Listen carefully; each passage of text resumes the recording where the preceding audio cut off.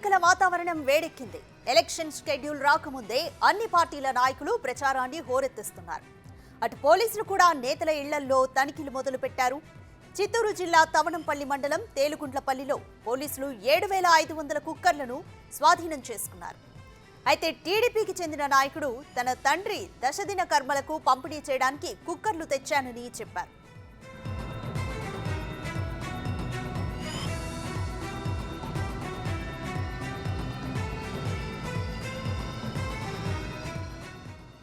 ఎన్నికల కోసమే వీటిని కొనుగోలు చేశారని పోలీసులు చెబుతున్నారు.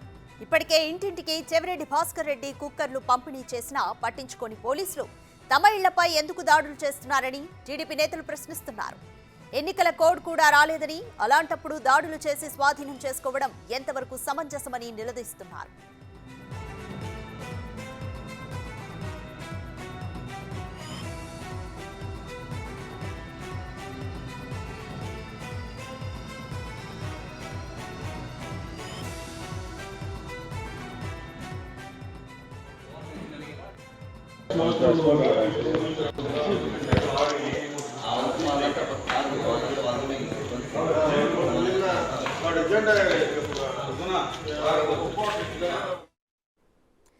కంప్లీట్ డీటెయిల్స్ మా ప్రతినిధి దామోదర్ అందిస్తారు.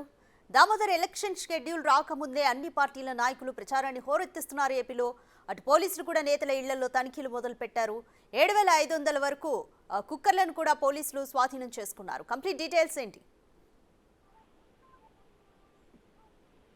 రాధిక, చిత్తూరు జిల్లా తవనంపల్లి మండలం తెల్లగుండ్లపల్లిలో నిన్న సాయంత్రం పోలీసులు టీడీపీ నాయకుడి ఇంట్లో 7,500కు పైగా కుక్కర్లను స్వాధీనం చేస్తున్నారు. ముఖ్యంగా తెలుగుదేశం పార్టీకి సంబంధించిన ఈయన ఎన్నికలకు సందర్భంగా వీటిని పంచడానికి ప్రయత్నం చేస్తున్నాడంటూ కూడా వారు అంటున్నారు. మరోవైపు అయితే ఆ నాయకుడు చెప్తున్నది ఏమంటే, తన తండ్రి చనిపోయాడు, దశదిన కర్మల సందర్భంగా ఏదైతే ఇంటికి వచ్చే వారందరికీ ఒక కుక్కర్ ఇవ్వడానికి నిర్ణయించుకున్నానో అందుకోసం కుక్కర్లను తెప్పించానంటూ కూడా చెప్తున్న నేపథ్యం.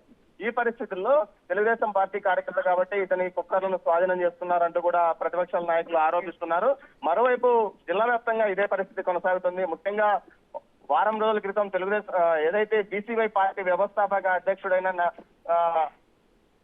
రామచంద్ర యాదవ్ ఇంట్లో కూడా పోలీసులు తనిఖీ చేసి సుమారు 8,000కు పైగా గోడ గడియారాలు స్వాధీనం చేస్తున్నారు. కానీ ఇదే సందర్భంలో వారు ఒక ప్రశ్నలు లేవలెత్తుతున్నారు. ముఖ్యంగా ఏదైతే చంద్రగిరి నియోజకవర్గానికి సంబంధించి టీపీ పైన చెవిరెడ్డి భాస్కర్ రెడ్డి ఏకంగా ప్రతి ఇంటికి కుక్కర్లను పంచాడు. అదేవిధంగా భారీ ఎత్తున బహిరంగ సమావేశాలు ఏర్పాటు చేసి జిల్లా అధికారులను కూడా అక్కడికి పిలిపించి వారి ఎదురుగానే కుక్కర్లను పంపిణీ చేశాడు. అయితే వారి విషయంలో ఏమాత్రం పట్టించుకొని ఆ పోలీసులు తమ విషయంలో ఎందుకు తమ ఇళ్ల మీద దాడులు చేస్తున్నారంటూ కూడా వారు ప్రశ్నిస్తున్నారు. మొత్తం మీద ఈ విషయానికి సంబంధించి చిత్తూరు జిల్లాలో ఒక విచిత్రమైన పరిస్థితి ఏర్పడిందని చెప్పవచ్చు. రాధిక, దామోదర్, ఎలక్షన్ కోడ్ రాకముందే ఎందుకని ఇలా సీజ్ చేస్తున్నారు అనేది నేతలు చెబుతున్న మాట.